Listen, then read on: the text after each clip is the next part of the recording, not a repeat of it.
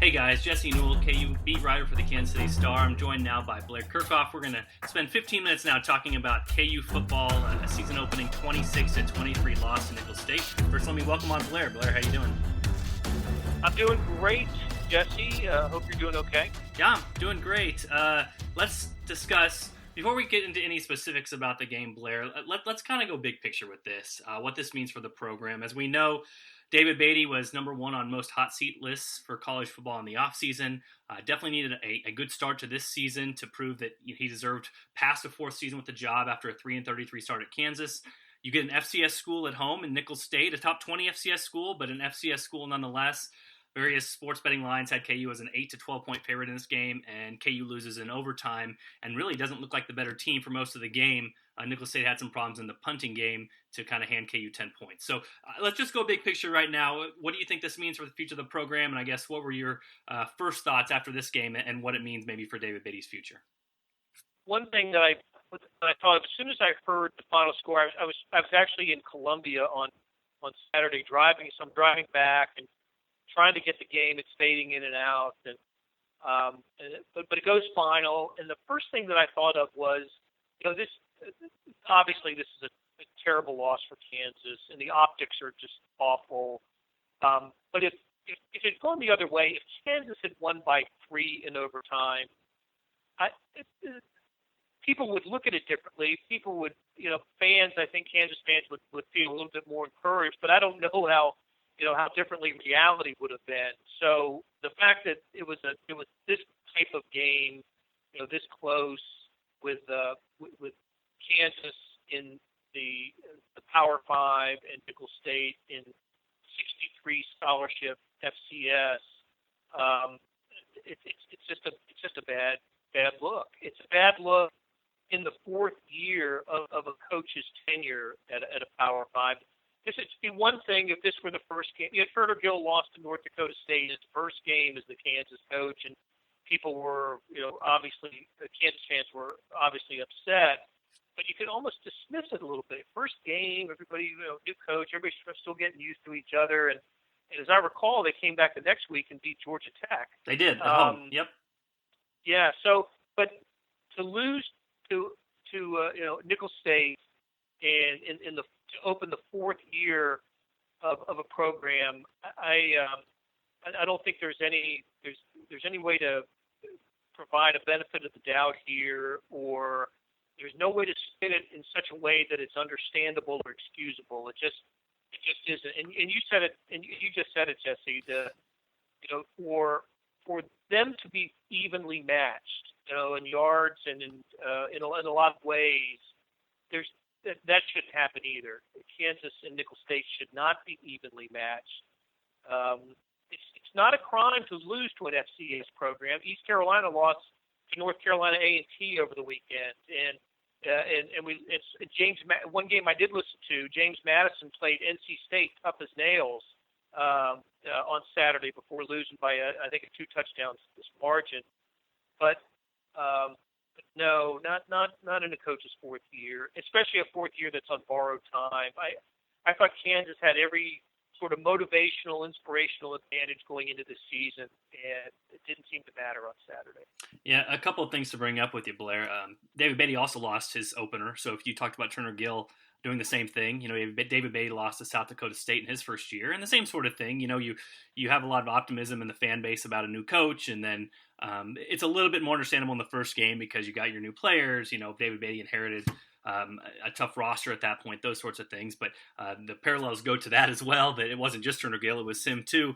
But I think it speaks to your point, which is we've read a lot of articles in the offseason. I know Max Olson had kind of a big one over the offseason by The Athletic talking about, David Beatty, has he been given enough time? He's trying to fix the scholarship situation. He's supposed to do all these things and trying to do all these things behind the scenes.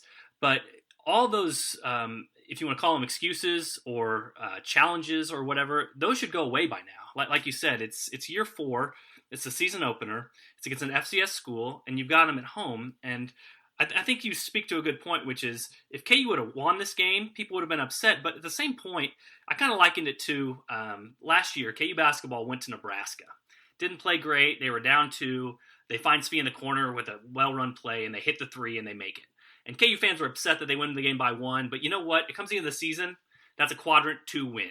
And it goes on the win-loss record as a victory, and you forget about it, but it helps the overall record. And I really thought this game for Kansas was exactly like that, which is if you can win it whatever way you want to, you can go to Central Michigan, and people will forget about the opener as long as it's a win if you go beat Central Michigan, end the road losing streak, and get yourself to 2-0. So I don't think it was super important how they got there. And again, they were up 21-18, fourth quarter, 3 minutes left. Their best unit was on the field, defense, with 1 stop. KU still wins that game. But the fact they weren't able to get it done, it really kind of puts this season off the tracks before it even began. It did. It does. And you can, those that study these things get that Nicholls State is, a competitive program. I paid attention to the fact that they played Georgia within 2 points. Was it last year or 2 years ago? I can't remember. But it was 2 years ago, Georgia, and then last year they were tied with Texas A&M going into the fourth quarter and lost 24-14. Yeah, so that's those are facts. Those happen, and you give Nicholls State credit for being a program on the rise, a competitive program, probably better than anybody has any reason to expect that's outside of their program. And having said all of that, I just for all the losing that's occurred in Lawrence in the last decade, but in the David Beatty era, you've got to have a result. You've got to get a result, and in the game in which if we can trust the line, because there aren't official Vegas lines on games that are matching FBS and FCS programs. But if we can trust that Kansas was perceived to be a touchdown or a point better, you have got to find a way to win that game. Got to find a way to win it, and it didn't happen. And it was, and so I thought you did a great job, Jesse, after the game, depicting it, and the Joe Deneen, portrait that you painted, just sitting there afterwards. I thought was really, really telling. And it's, I feel badly for him and for other guys that have poured a lot into this program. Yeah, him and Daniel Wise, I think, are the two that immediately come to mind because both could have gone pro. Joe Deneen said he didn't think about it, but he's a fifth-year senior. He could have graduate transferred. And we've seen guys in the past, like Isaiah Johnson's an example. He played well for KU for 1 year as a JUCO player, got his degree, and then he went to play for South Carolina. So there's at least the option there where you could say, hey, I'm done with 3-33. I'm done with this program. I'm going to go find a better place for myself to play, for myself, and to win some games. And for Joe Deneen, he's a good enough player to do that. He's a first-team All-Big 12 guy. Daniel Wise, same thing. His brother's in the NFL. He has an NFL future. It appears ahead of him.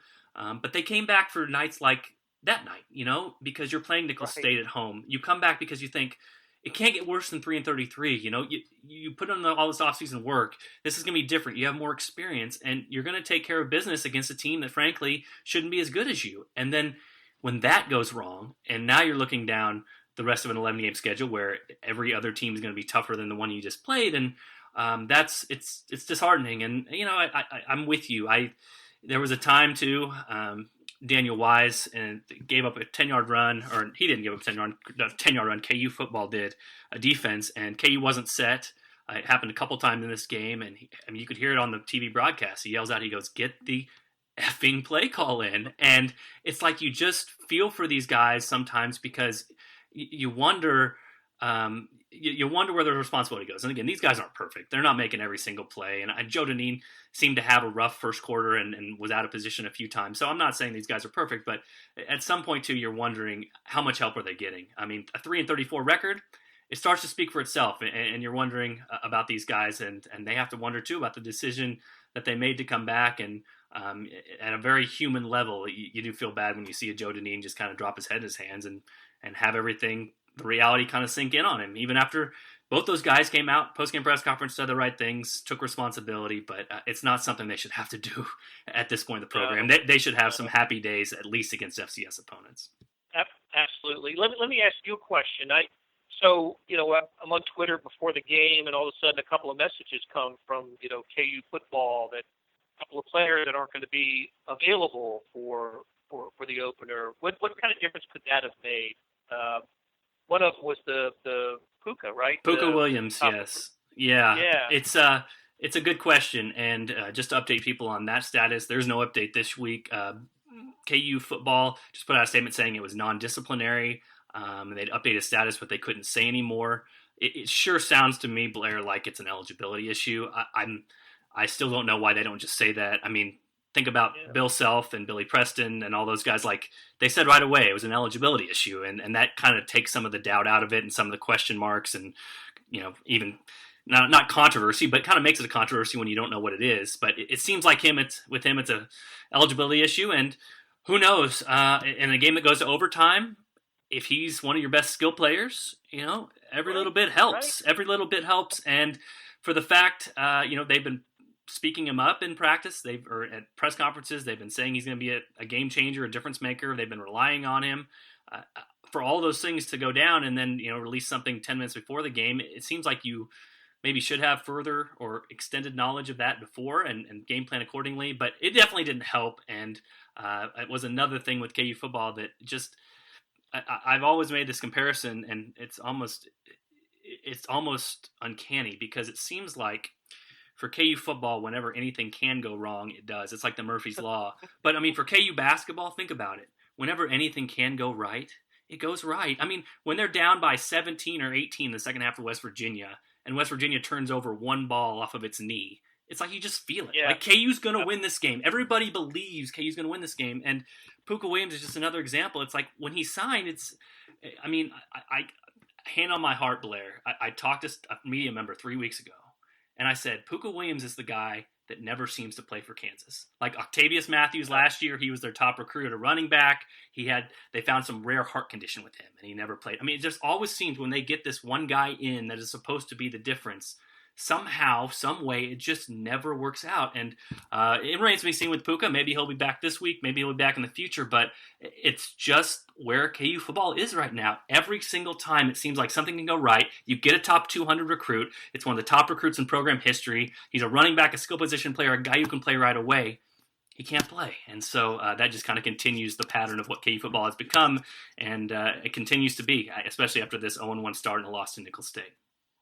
Well, there's no program in college sports, in major college sports, that has the largest variance between success or luck than Kansas football and Kansas basketball, including Kentucky, which obviously has great basketball tradition, and its football has been somewhat mediocre over the course of history, but you did find a way to beat Central Michigan last week in the opener. How about that for transition? Great one. To spin ahead with the Chippewas on the horizon here for KU. And I know before the season you were talking about that you were pointing at this game as one that this is the one that could end the streak, the ugliest streak in college football. And I imagine your feelings have changed a little bit, but if there is an opponent or a game that if you had to put a percentage chance on Kansas winning a road game, this would probably be the highest percentage. Definitely, and I'll let you guys in on a little before it happens. I'm not changing my pick. I know that sounds loony. I'm not changing my pick, but if you look in college football, the bettor's fallacy, I think. Between week 1 and week 2, it's where you only have one sample size of data and you overreact to it. So you saw this line for KU, Central Michigan. It started out at 6. If you look since then, Blair, I'm looking Tuesday here afternoon, it's down to 4.5. And if you think about this, Central Michigan, 4.5 at home, and that's after KU lost to an FCS team at home. These two teams are about even. I mean, these two teams, if you played it neutral, odds makers would say they're about even, and I've been saying this all off season, and I think I even angered one of the play-by-play guys, radio guys for Central Michigan, where I predicted KU would win, and he said they'd only get 35 points if the basketball team showed up, which that might happen as well. But I really do think, 46 game road losing streak, the longest in FBS history. This is the time to stop it if it's going to be before 50, and this is the best chance KU's had in 5 years. I looked it up and went back to OddsShark and looked it up, and the last time KU was was a road underdog by less than this. It was back in 2013 against Iowa State in what should be known as the Ice Bowl because it was the coldest day I've ever been in as a human. KU and Iowa State. KU was slip sliding under Charlie Weiss on their cleats on an ice field at Iowa State, and Iowa State won like 38-0. But they have not had an opportunity like this in about 5 years. So I'm not changing my pick. I think KU, if you think about it, KU too, they played awful. They had awful coaching decisions. They had indecision with coaching, all these things. I can line it up. And as I just said a couple minutes ago, they were up 21-18 with their best unit on the field and 3 minutes to go. They still almost won.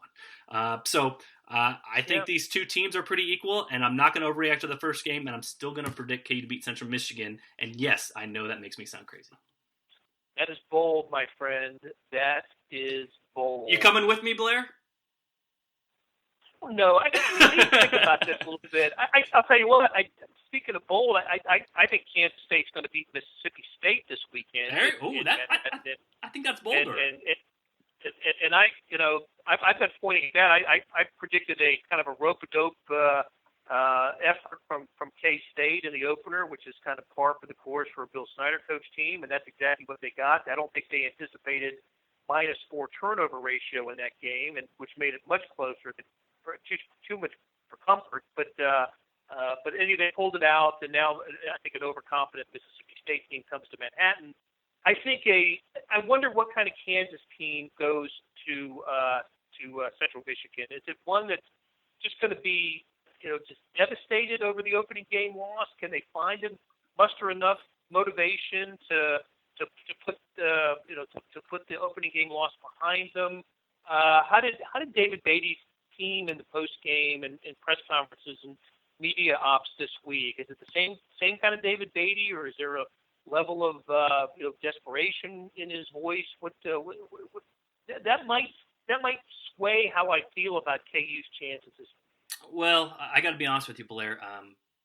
With KU football, it's kind of the same old because I'm saying this. I'm not meaning to be insulting, but they're used to losing. If that makes any sense, like it would be more difficult for me to tell you, or easier, I guess, after a victory to say, hey, how things have changed, rather than to tell you after a loss if things have changed. But no, it's kind of been status quo, and they promised to move on. And Joe Deneen, Daniel Wise said they wouldn't let the team give up on the season, and all those sorts of things. There's still 11 games left. All those things that you want to say or that you want to hear from fans, if fans are listening out there. But we will see what happens. Like I said, I think my faith is more on Central Michigan, because if they're only a 4.5 point favorite in this game, then I'm not sure that they're a program much better than Kansas. And as you spoke to, Blair, KU's been so, like I said, when I'm saying snake bit, like with turnover margin over the years. I mean, if you get a +2 turnover margin in this game, you're probably a 6-point favorite, So I guess my faith is sort of in these two teams being equal and KU finally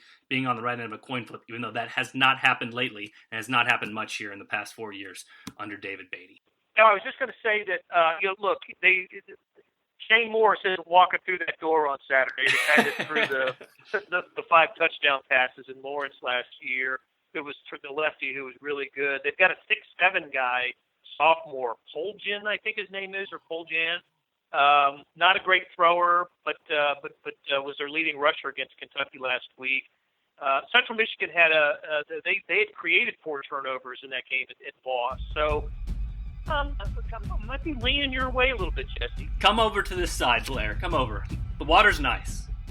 I'd love to see it happen. I would absolutely love to see Kansas end that stupid streak and get on the board. And you don't know where the chance for victory lies after this, or the best chance. But I'd love to see it happen this week.